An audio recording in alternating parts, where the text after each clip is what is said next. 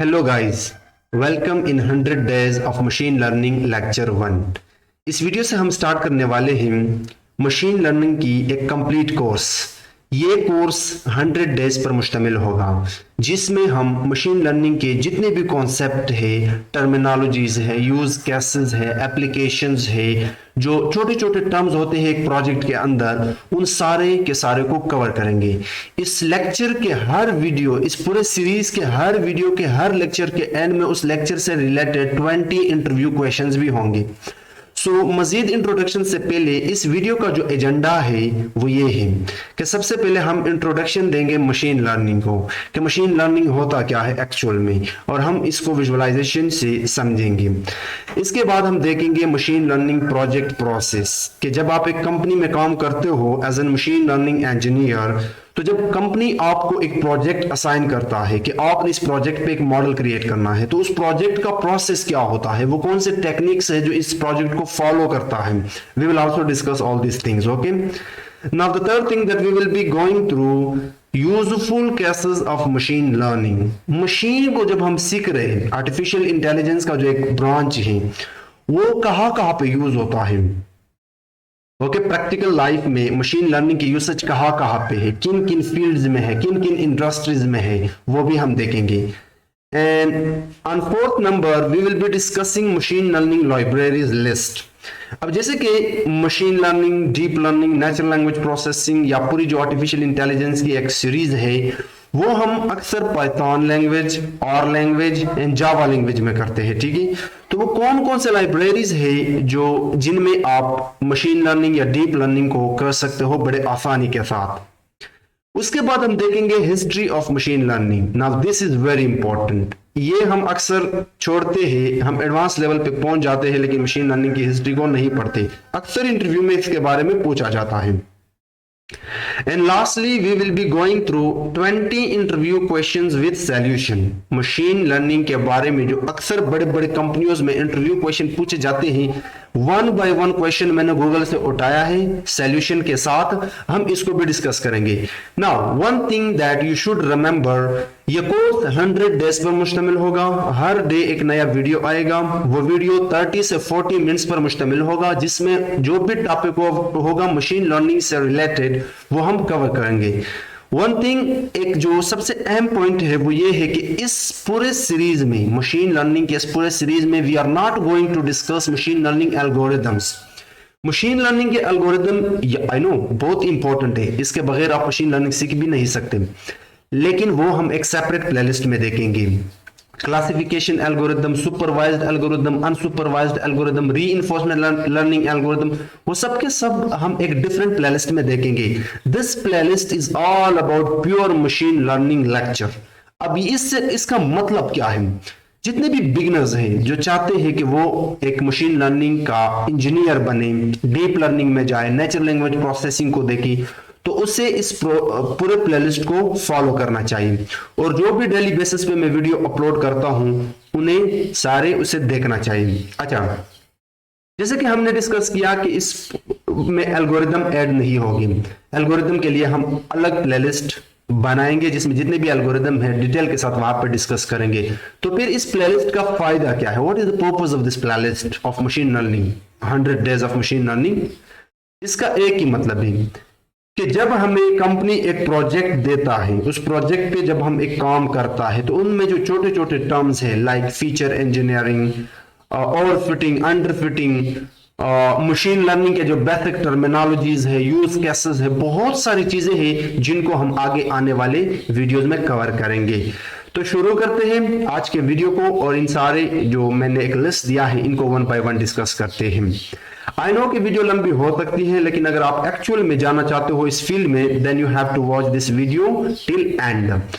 तो वीडियो शुरू करने से पहले आप लोग अगर एडवांस लर्नर्स हैं, आपको मशीन के बारे में आइडिया है, then you can skip this part. Just go to my other playlist, जिसमें मैंने मशीन लर्निंग प्लेलिस्ट के जो प्रोजेक्ट्स है, कोविड-19 के प्रोजेक्ट्स है, डीप लर्निंग प्रोजेक्ट्स है, चैटबॉट प्रोजेक्ट्स है, search engine in Python project से, उनको जाकर देख सकते हो। अब आप लोगों का टाइम जाया नहीं करूंगा, वीडियो को शुरू करता हूं। लेकिन अगर आप लोग चैनल के लिए नए हैं तो चैनल को सब्सक्राइब करो और आइकन बेल पर क्लिक करो ताकि कोई भी न्यू नोटिफिकेशन फ्यूचर में आप लोगों से मिस ना हो, एंड वीडियो को भी एक लाइक दूं। नाउ अब मैं इस वाले को यहां से मिनिमाइज करके एक नए पीडीएफ को यहाँ पे ओपन करता हूं। अच्छा, मशीन लर्निंग के इंट्रोडक्शन से पहले हम जो सबसे अहम पॉइंट है इस वीडियो का, इस लेक्चर का, वो है मशीन लर्निंग प्रोसेस। हम एज्यूम करते हैं कि आप एक कंपनी में काम करते हो, ठीक है, आप एक बहुत बड़े कंपनी में हो या एक सॉफ्टवेयर हाउस में हो या एक छोटे लेवल इंडस्ट्री में हो। तो आपके बॉस ने आपको एक जॉब असाइन किया, डेटा साइंस का, मशीन लर्निंग का एक प्रोजेक्ट आपके हवाले किया कि आपने इस प्रोजेक्ट पे काम करना है और मुझे एक मशीन मॉडल जनरेट करके देना है। नाउ आपको आइडिया है कि किस तरह एक प्रोजेक्ट बनाया जाता है, लेकिन अगर आपको आइडिया नहीं है तो फिर आपको ये प्रोसेस फॉलो करना होगा।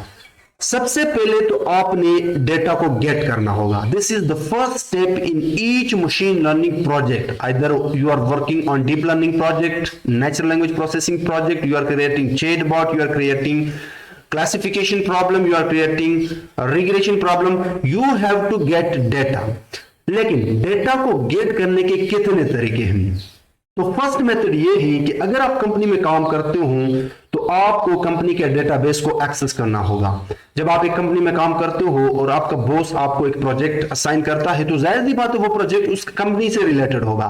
Then you have to access the database of that company. आपको एक्सेस मांगना होगा बॉस से कि मुझे यहां से डेटा को फेच करना होगा। लेकिन कैसे? तो इसके लिए आपको पाइथन की कुछ कोड लिखनी पड़ेगी, वो हम फ्यूचर में देखेंगे।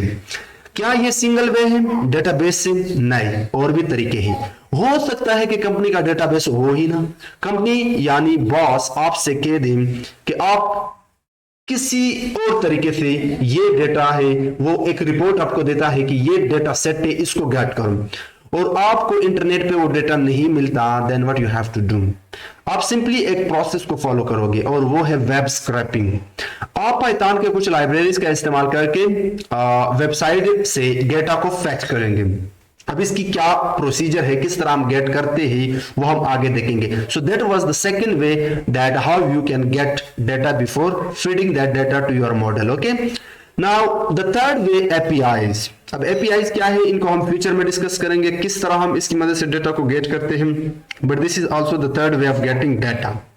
इसमें आपको एक यूआरएल दिया जाता है, उस यूआरएल के बेस पे आप डेटाबेस से डेटा को फेच कर सकते हैं। ओके, क्या इसके अलावा और भी मेथड है? या सोशल मीडिया में भी आप डेटा फेच कर सकते हैं, सोशल मीडिया अकाउंट पे जाकर आप वेब स्क्रैपिंग कर सकते हैं। बहुत सारे मेथड है जिनको आगे हम डिस्कस करेंगे।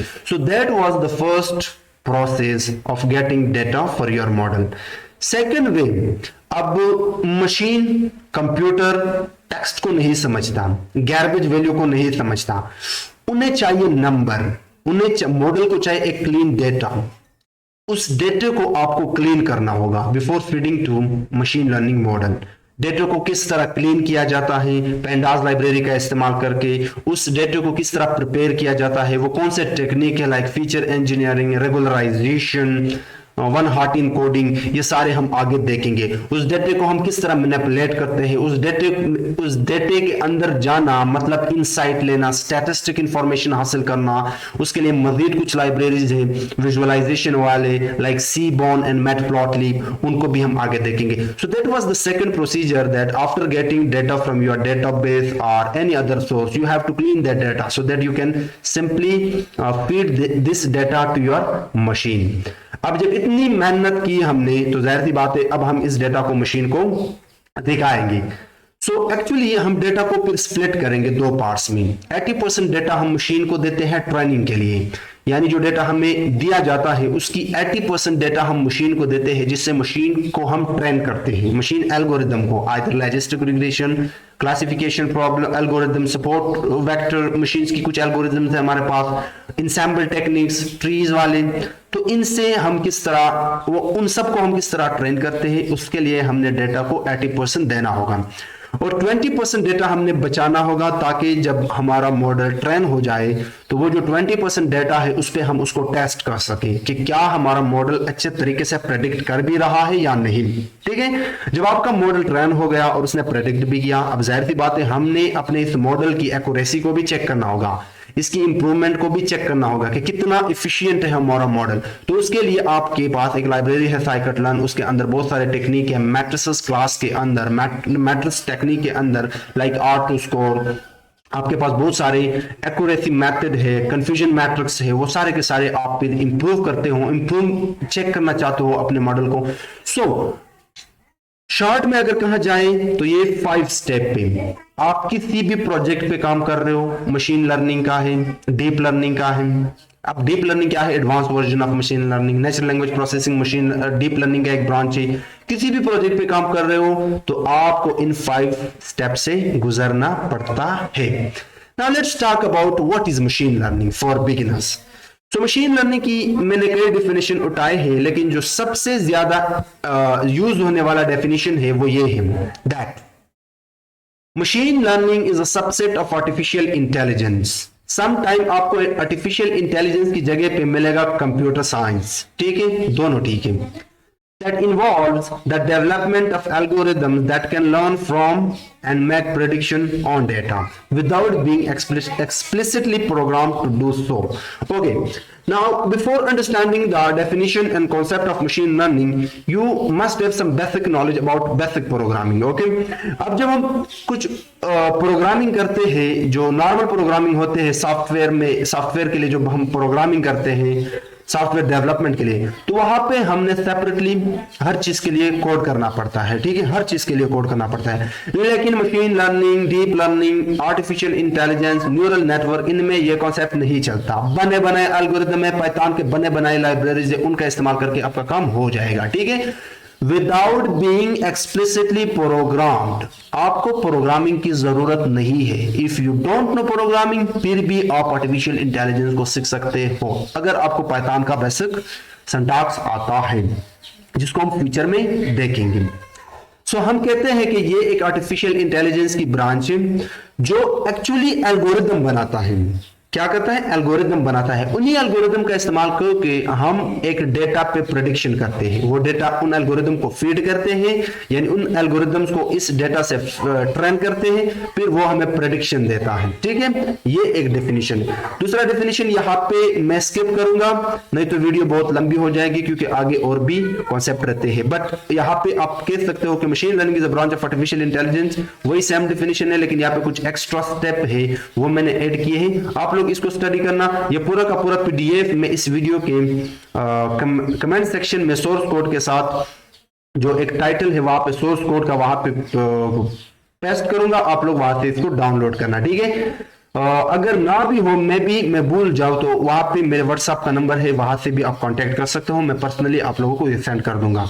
Okay, now what are the useful cases of machine learning? This is very interesting topic जो कि हम अक्सर स्किप करते हैं। अब जब आप आर्टिफिशियल इंटेलिजेंस में आ ही रहे हो, आपने सेलेक्ट किया कि मैंने आर्टिफिशियल इंटेलिजेंस को सीखना है, मैंने मशीन लर्निंग को डीपली एक्सप्लोर करना है, then before jumping into machine learning algorithm and all the other concept, you must have some basic knowledge about the use cases of machine learning, कि machine learning actually कहाँ पे use होता है। जैसे कि web development जो है, हमें पता है कि हम उनमें वेबसाइट बनाते हैं, ई कॉमर्स वेबसाइट बनाते हैं, बिजनेस वेबसाइट बनाते हैं, स्पोर्ट्स वेबसाइट बनाते हैं। तो ये एक वेब टाइप के जो एप्लीकेशन है वो, या वेबसाइट्स है या वेब ऐप है, वो हम वेब डेवलपमेंट में बनाते हैं, ठीक है। डेस्कटॉप एप्लीकेशन हमें पता है कि हॉस्पिटल मैनेजमेंट सिस्टम, किसी क्लिनिक के लिए सॉफ्टवेयर बनाना, किसी डेटाबेस के लिए लाइक स्टूडेंट मैनेजमेंट सिस्टम बनाना, वहां पे ये इनकी यूज केसेस हैं। तो हमें ये भी आइडिया होना चाहिए कि मशीन लर्निंग की यूज केसेस क्या है। तो मैंने कुछ पॉइंट्स यहाँ पे लेकर आया आप लोगों के लिए। अब जो बिगिनर है, ये टॉपिक वो यहाँ पे स्किप कर सकते हैं, क्योंकि इनमें डीप लर्निंग के टर्म्स इस्तेमाल हुए हैं, नेचुरल लैंग्वेज प्रोसेसिंग के टर्म्स इस्तेमाल हुए हैं, जिनको हम फ्यूचर में देखेंगे। Okay, the first use case of machine learning is image and speech recognition. आपने देखा होगा बहुत से सॉफ्टवेयर में कि इमेज को रिकॉग्नाइज किया जाता है, या आप एक सॉफ्टवेयर से डायरेक्टली कम्युनिकेट करते हैं, उनके साथ बातचीत करते हो। वो किसकी एप्लीकेशन है? वो आपको ऑटो रिप्लाई देता है, ठीक है, या आपके स्पीच को रिकॉग्नाइज करता है कि आप बोल क्या रहे हो। वो प्रोग्राम किस में हुआ होता है? वही प्रोग्राम मशीन लर्निंग में होता है। So machine learning algorithms can be trained to recognise and classify images and speech.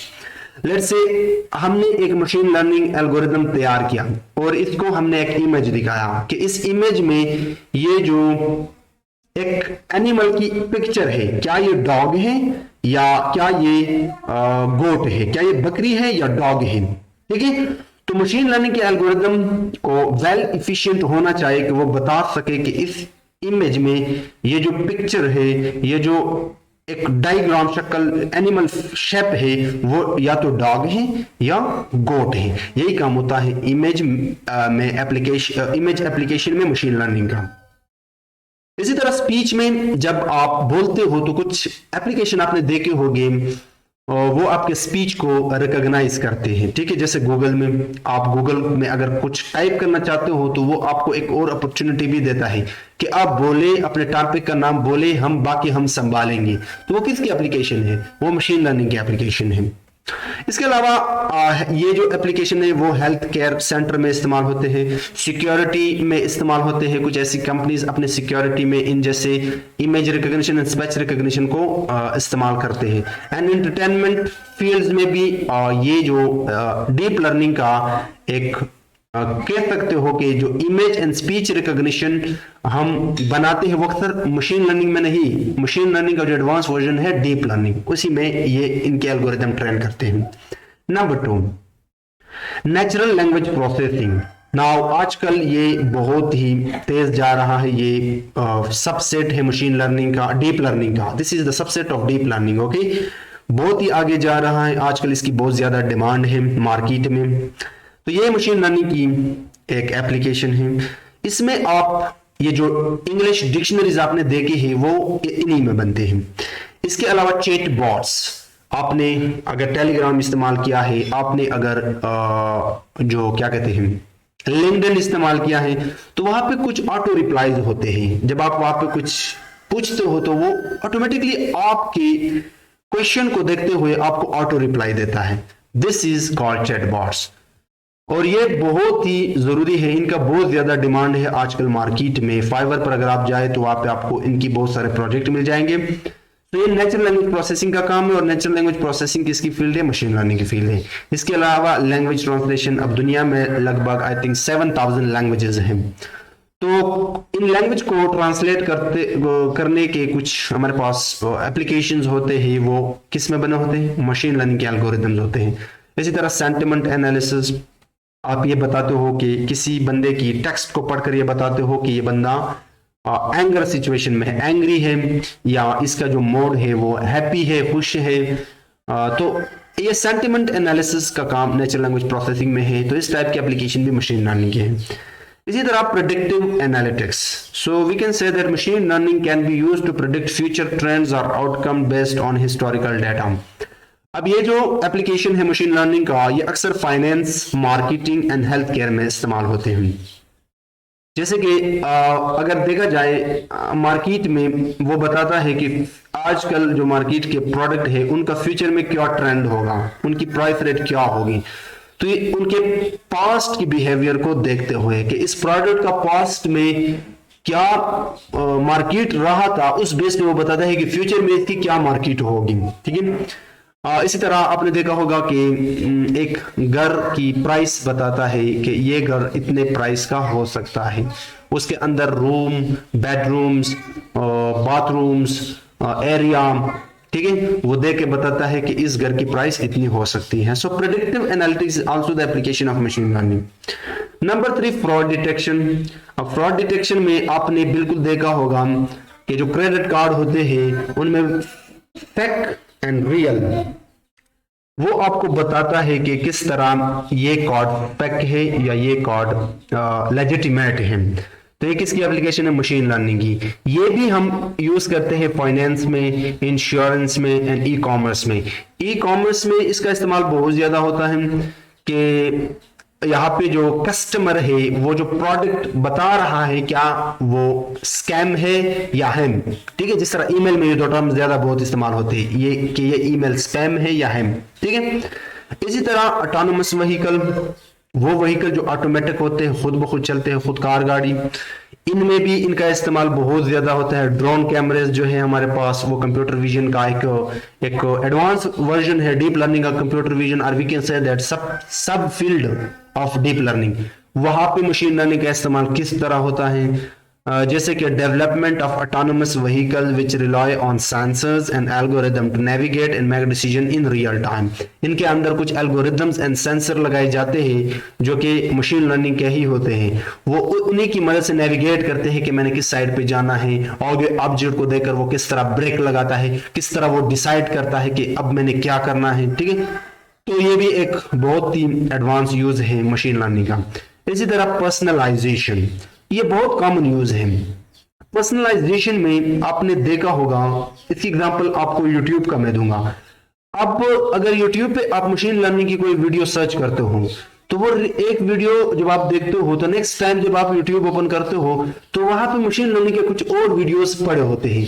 वो आपकी बिहेवियर को देखकर रिकमेंड करता है कि ये पर्सन इंटरेस्टेड है इन मशीन लर्निंग वीडियोस। अगर आप एंटरटेनमेंट देखना चाहते हो तो वो नेक्स्ट टाइम एंटरटेनमेंट के वीडियोस आपको शो कर देता है। इसी तरह फेसबुक पर जब आप एक पोस्ट करते हो, या आपने देखा होगा कि जैसे ही आप आईडी बनाते हो तो वो आपकी मोबाइल के अंदर की हिस्ट्री को और आपकी पास्ट बिहेवियर को देखते हुए अक्सर आपके फ्रेंड को, जो आपके माशरे में रहने वाले लोग होते हैं, जो आपके बहुत नजदीक होते हैं, जानने वाले लोग होते हैं, उनकी फ्रेंड रिक्वेस्ट या उनकी फ्रेंड सजेशन आपको देता है। ठीक है, या आपके फ्रेंड के जो पोस्ट है वो अक्सर आप ही के पास आते हैं। तो ये एक दूसरे के साथ लिंकेज है, रिकमेंडेशन है, कंटेंट बेस्ड। इसके अंदर बहुत सारे टेक्निक है, मैं इन पे एक पूरा प्लेलिस्ट बनाऊंगा, मशीन लर्निंग रिकमेंडेशन प्रोजेक्ट्स। ठीक है, जिसमें हम लगभग 10 प्रोजेक्ट करेंगे। मे भी 1 घंटे का एक वीडियो हो सकता है, और उसमें हम बहुत सारे प्रोजेक्ट कवर करेंगे। सो ये भी एक यूज है मशीन लर्निंग का। इसी तरह हेल्थ केयर में आप डिजीज की डायग्नोसिस करने के लिए मशीन लर्निंग का काफी ज्यादा इस्तेमाल होता है। जैसे कि मशीन जो हेल्थ केयर में मशीन होते हैं बने बनाए वहां पे, उनके अंदर एक्चुअल में इन्हीं आर्टिफिशियल इंटेलिजेंस यानी मशीन लर्निंग के एल्गोरिदम फिट होते हैं कि जब हम उस मशीन से किसी बंदे को देखते हैं और हम डॉक्टर इस नतीजे पर पहुंचता है कि इस पर्सन को हार्ट डिजीज है, वो एक्चुअली यही एल्गोरिदम प्रेडिक्ट करता है कि इस बंदे को हार्ट डिजीज है या नहीं। कुछ हार्ट डिजीज की फीचर्स का इस्तेमाल करते हुए we will see in future. But मैंने पूरा एक प्लेलिस्ट बनाया है मशीन लर्निंग प्रोजेक्ट का, जिसमें credit card, fact credit card, heart disease diagnosis, ये सारे प्रोजेक्ट वहां पे मैंने कवर किए हैं। Gold price prediction, house price prediction, वहां पे जितने भी बड़े बड़े प्रोजेक्ट है मशीन लर्निंग के आप देख सकते हो अगर आप एडवांस लर्नर हो। अगर आप बिगिनर हो तो आप इस प्लेलिस्ट पे फोकस दो। Now, what are the libraries that are used in machine learning? वो कौन से लाइब्रेरीज हैं? हालांकि हम पाइथन का इस्तेमाल भी कर सकते हैं, जावा का इस्तेमाल भी कर सकते हैं प्रोग्रामिंग के लिए। एक जो आर लैंग्वेज है, मैं भी आप लोगों को पता हो या ना हो, आर लैंग्वेज भी डेटा साइंस में बहुत ज्यादा इस्तेमाल होने वाली लैंग्वेज है। लेकिन मशीन लर्निंग अक्सर आपको 100% में से 80% जो मशीन लर्निंग के इंजीनियर है वो पाइथन का इस्तेमाल करते हैं, क्योंकि ये सिंपल है। इनका जो सिंटैक्स है वो बेसिक सिंटैक्स है, बहुत सिंपल सिंटैक्स है, फ्रेंडली है, आप इनको अच्छे तरीके से समझ सकते हो। The first library is scikit learn. अगर आप साइकिट लर्न को सीखते हो तो आप समझो मशीन लर्निंग को आपने सीख लिया, क्योंकि ये जितने भी बने बनाए एल्गोरिदम हैं मशीन लर्निंग में जो कि हम फ्यूचर में इस्तेमाल करेंगे वो इसी लाइब्रेरी से आते हैं। आप डेटा सेट उठाओ, उसको क्लीन करो और कोई एक एल्गोरिदम उठाकर उस एल्गोरिदम को उस डेटा के 80% डेटा से रन करो और 20% डेटा से टेस्ट करो और प्रेडिक्ट करो, हो गया आपका project. As simple as that. आपको कोई प्रोग्रामिंग करने की जरूरत नहीं। ठीक है, सो ये बहुत ही अहम और बहुत ही ज्यादा यूज होने वाला मशीन लर्निंग लाइब्रेरी है। नंबर 2 है TensorFlow. TensorFlow deep learning library है। ठीक है, ये गूगल वालों ने बनाया था। इसमें आप डीप लर्निंग के algorithm like neural network, convolutional neural network, image recognition, speech recognition के जो टास्क है वो परफॉर्म होते हैं। ये एक ओपन सोर्स से फ्री है, आप यूज कर सकते हो। जब हम डीप लर्निंग में जाएंगे तो हम इसको भी देखेंगे। नेक्स्ट है केरॉस। केरॉस डीप लर्निंग की ऐसी लाइब्रेरी है जिस तरह मशीन लर्निंग की साइकिट लर्न। ठीक है, मशीन लर्निंग की और भी बहुत सारे लाइब्रेरीज है जो कि हम फ्यूचर में देखेंगे। डेटा क्लीनिंग वाले लाइक पेंडास, डेटा विजुअलाइजेशन के लिए आपके पास है मैटप्लॉटलिब एंड सीबोन, बट केरोस एक ऐसी लाइब्रेरी है जो कि आप मशीन लर्निंग में समझते हो साइकिट लर्न को, ठीक है। ये एक्चुअल में लाइब्रेरी नहीं है, इसको हम लाइब्रेरी नहीं कह सकते, ये एक एपीआई है, building and training neural network which can be used with TensorFlow and backend. ये आपको बैकएंड प्रोवाइड करता है with the help of APIs, किसके लिए? टेंसरफ्लो के लिए। We will see in future all this thing, okay. एक इन सब का जो बाप है, गॉडफादर है, वो है पाइटॉर्च। पाइटॉर्च में सारा काम आप कर सकते हो, जो पिछले सारे काम है वो आप पाइटॉर्च में कर सकते हो। पाइटॉर्च की लाइब्रेरी की में मजे की बात ये है कि जो कॉम्प्लेक्स मशीन लर्निंग के एल्गोरिदम है, जो बहुत कॉम्प्लेक्स टास्क हो, उसको बहुत इजीली आप परफॉर्म कर सकते हो पाइटॉर्च में, ठीक है। ये भी एक डीप लर्निंग लाइब्रेरी है। कंप्यूटर विजन इसमें बहुत ज्यादा इस्तेमाल होता है, और ये डायनामिक कंप्यूटेशनल ग्राफ भी आपको प्रोवाइड करता है, ठीक है। Okay, now let's talk about the history of machine learning. That's very important part interview के लिहाज से, और अगर आप बिगिनर हो या एडवांस लर्नर हो तो आप लोगों के लिए इस पार्ट को स्किप नहीं करना चाहिए। सो नॉर्मली हमें मालूम है कि मशीन लर्निंग या आर्टिफिशियल का जो एक शुरुआत था, आगाज था, वो 1950 से था, बट दिस इज रॉन्ग। ये रॉन्ग है। अक्सर यूट्यूब वीडियोस में, गूगल पे आपको मिल जाएगा कि जो एक्चुअल शुरुआत हुआ था आर्टिफिशियल इंटेलिजेंस का, वो 1950 से था। Yes, this true. अगर एक्चुअल वर्ड वहां पे यूज होता है then it is true, but अगर यही है कि मशीन लर्निंग का जो एक शुरुआत था वो 1950 था, देन दिस इज रॉन्ग। क्योंकि दो साइंटिस्ट थे, या प्रोग्रामर भी आप कह सकते हो, 1943 में इन्होंने अपना पहला मॉडल बनाया था आर्टिफिशियल न्यूरॉन। एक ऐसा न्यूरॉन जो आर्टिफिशियल था, मसनूई था, जो कि फाउंडेशन है आज जो डीप लर्निंग में हम न्यूरॉन इस्तेमाल करते हैं उनका, ठीक है। तो हम कह सकते हैं कि ये इस मशीन लर्निंग का जो एक शुरुआत था, इब्तदाई आगाज था, वो 1943 से था, जो कि वॉरेन मैककुलाक एंड वाल्टर पिट्स ने प्रपोज किया था इस मॉडल को। 1952 में आर्थर सैमुअल डेवलप्स अपने सेल्फ लर्निंग प्रोग्राम को। उसने एक ऐसा प्रोग्राम किया, कुछ कोड का इस्तेमाल करके एक प्रोग्राम किया जो सेल्फ लर्निंग था, खुद सीखने वाला था, ठीक है।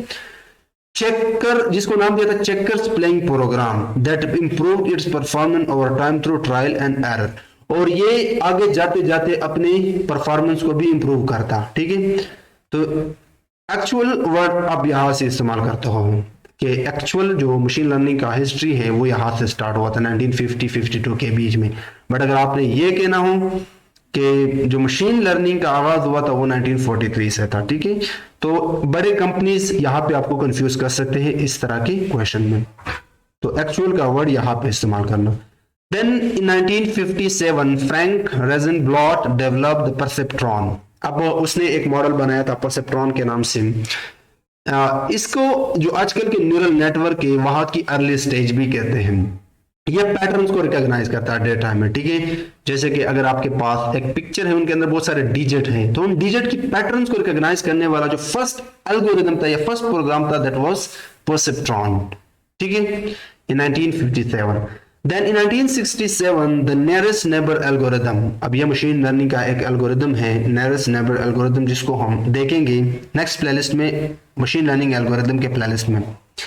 इसको बनाया गया था, ये भी अक्सर पूछा जाता है कि नियरेस्ट नेबर एल्गोरिथम को कब बनाया गया था, तो आप सिंपली कह देना कि 1967 में, which uses a distance metric to find the most similar point in a data set. अब ये रिकमेंडेशन सिस्टम में जो आजकल के सोशल मीडिया है या यूट्यूब में रिकमेंडेशन है, वहां पे बहुत ज्यादा इस्तेमाल होता है। And in 1970s, decision trees and rule-based systems are developed for classification and prediction tasks. Classification वो टास्क होते हैं जिसमें yes no के आउटपुट वेरिएबल होता है, जहाँ पे yes no चलता है। इसको हम फ्यूचर में देखेंगे इसी ही प्लेलिस्ट में, ठीक है, इसी प्लेलिस्ट की फ्यूचर वीडियोस में देखेंगे। सो अगर आपसे पूछा जाता है कि क्लासिफिकेशन एंड प्रेडिक्शन टास्क कब आए, या डिसीजन ट्रीज जो एल्गोरिथम थे या रूल बेस्ड सिस्टम्स जो थे, आर्टिफिशियल इंटेलिजेंस में हमारे पास बहुत सारे सिस्टम है जिनका अलग एक प्लेलिस्ट होगा, ठीक है। इनका आर्टिफिशियल इंटेलिजेंस का अपना एक प्लेलिस्ट होगा जो कि 1970s में आए थे, तो ये भी आप यहाँ से याद कर सकते हो। And in 1980s Bayesian networks and support vector machine जो एल्गोरिदम थे, इनको बनाया गया था, ठीक है, जो कि क्लासिफिकेशन एंड रिग्रेशन दोनों टास्क के लिए इस्तेमाल होते हैं। अब क्लासिफिकेशन एंड रिग्रेशन क्या होते हैं, इनको हम फ्यूचर वीडियोस में देखेंगे। उसके बाद 1990s में बॉस्टिंग एंड बैगिंग एल्गोरिदम जो थी, अब अगर आप बिगिनर हो, आपको आइडिया नहीं है कि बॉस्टिंग एंड बैगिंग एल्गोरिदम क्या होते हैं, देन जस्ट वीडियो को देखो, कुछ चीजें समझ में आएगी, कुछ नहीं आएगी, फ्यूचर में सब कुछ क्लियर हो जाएगा।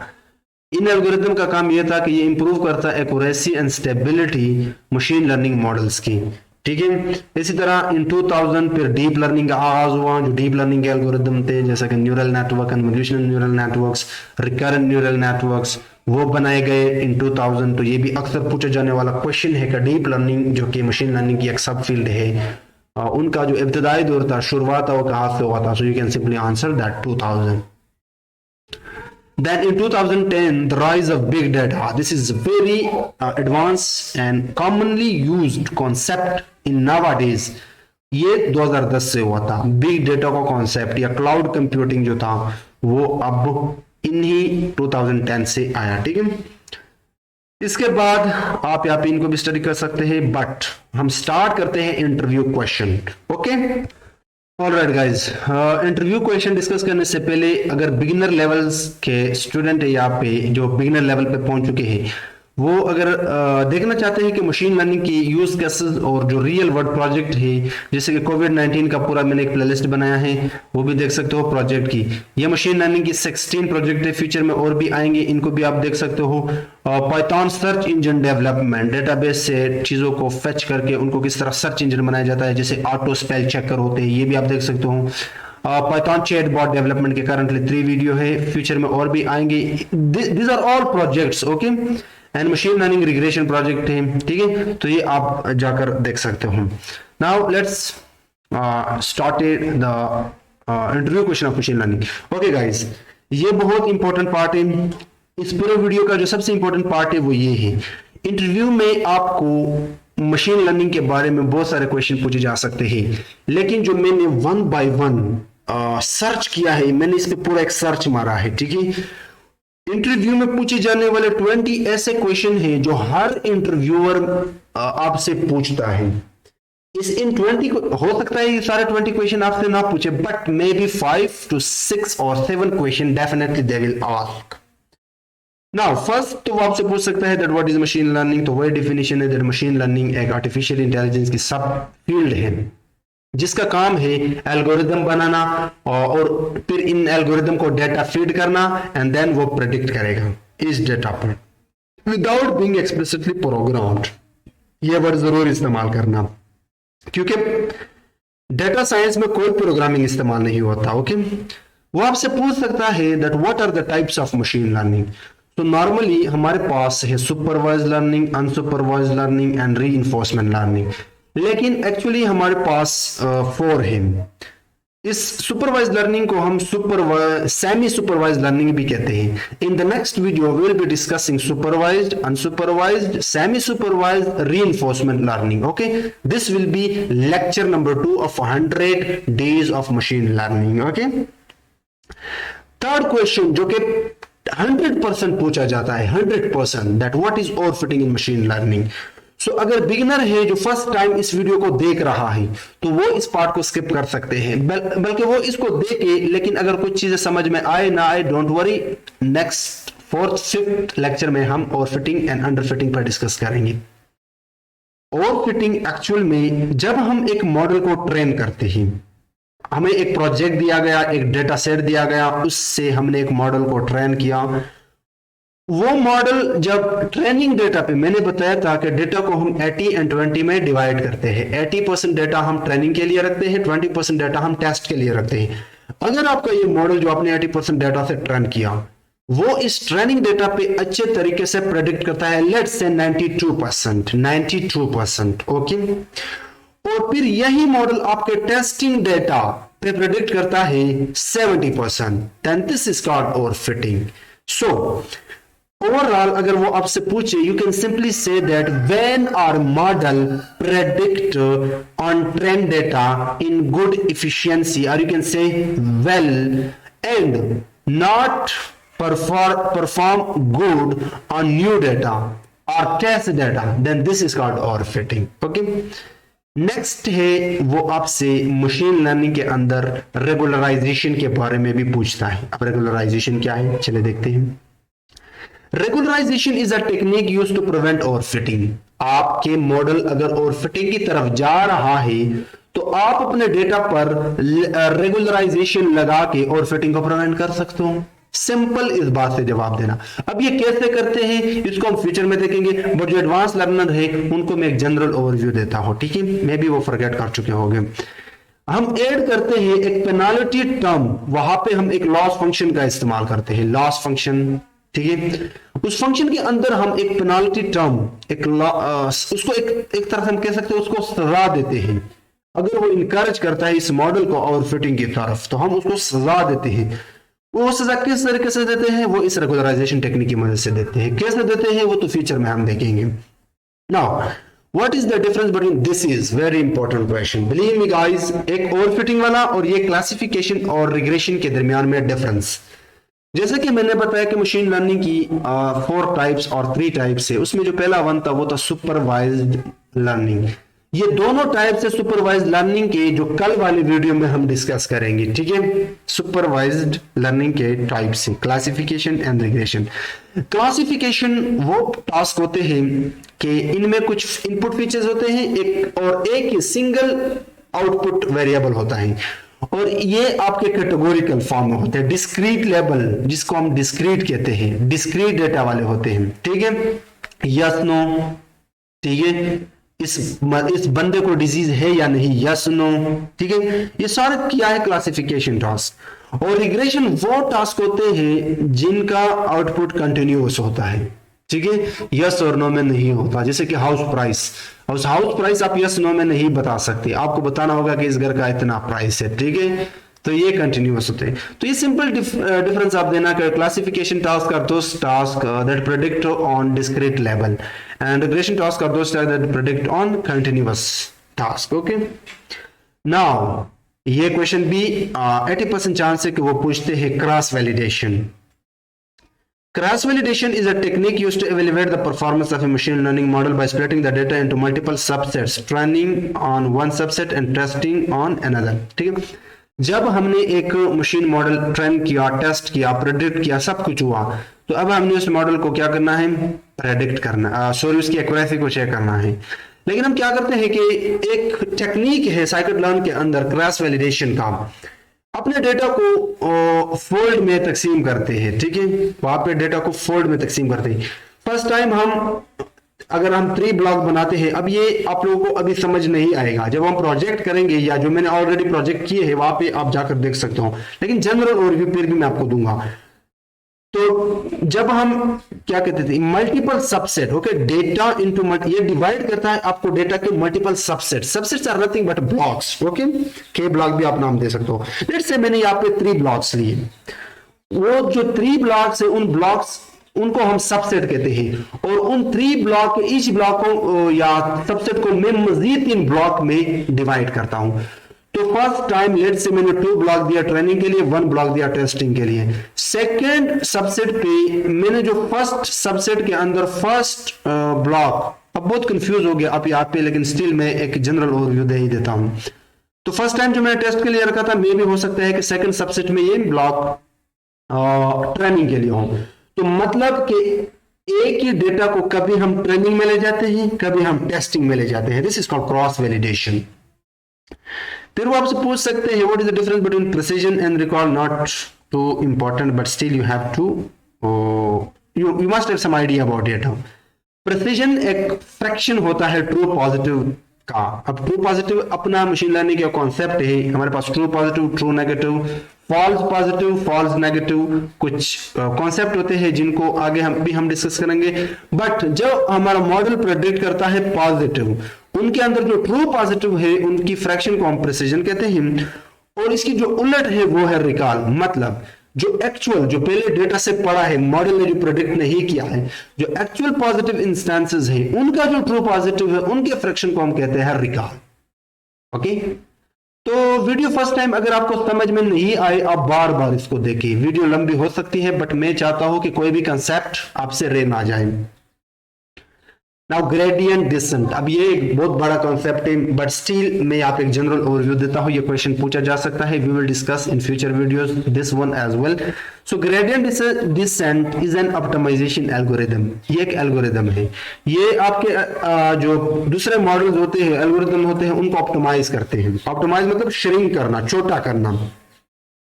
Use to minimise the loss function, loss function अपना एक मशीन लर्निंग में एक फंक्शन है, उनका इस्तेमाल करके ये ऑप्टिमाइज करता है एल्गोरिदम को, ठीक है, कुछ पैरामीटर्स का लेते हुए, इसको भी हम आगे डिस्कस करेंगे। What is confusion matrix? हर प्रोजेक्ट के एंड में जब हम अपने मॉडल की true positive, false positive, true negative and false negative देखना चाहते हैं, तो साइकिट-लर्न के अंदर मैट्रिसेस क्लास से आपको एक फंक्शन मिलता है कंफ्यूजन मैट्रिक्स, उनकी मदद से हम एक टेबल बनाते हैं जिनके अंदर वो आपको बताता है this is true positive, this is false true, false negative. Okay okay, next है what is the difference between L1 and L2 regularization? L1 regularization adds a penalty term equal to the absolute value of the model parameter, while L2 regularization adds a penalty term equal to the square of the model parameters. इस concept को मैं यहाँ पे नहीं समझा सकता, but आप इस डेफिनेशन को रट सकते हो इंटरव्यू के लिहाज से। ये एक चीजें प्रोजेक्ट में अच्छे तरीके से समझ में आएगी, और जब हम इन पे अलग वीडियो बनाएंगे फ्यूचर में आने वाली वीडियो, वहां पे मैं विजुअलाइजेशन की मदद से आप इनकी कॉन्सेप्ट अच्छे तरीके से समझाऊंगा। बट स्टिल आप लोग यहां तक ये समझ लेना कि मॉडल पैरामीटर की जो एब्सोल्यूट वैल्यू होते हैं, एब्सोल्यूट, ओके, नेगेटिव के बगैर एब्सोल्यूट वैल्यू, उनकी इक्वालिटी के लिए जो हम पेनाल्टी के लिए एक रेगुलराइजेशन ऐड करते हैं, उस रेगुलराइजेशन को L1 कहते हैं। और जो स्क्वायर वाले वैल्यू होते हैं इसी मॉडल के पैरामीटर की इक्वालिटी चेक करने के लिए, उसके लिए जो पेनाल्टी हम तैयार करते हैं वो कहता है R2, ठीक है। Now the last question that can be asked, the बाइस वेरिएंस ट्रेड ऑफ। अब ये आप लोगों के सामने ये एक लाइन है, दिस, इसी ही लाइन को अपनी जुबान में इस कमेंट सेक्शन में लिखो कि इसका क्या मतलब है। This is your assignment. तो इस वीडियो में हमने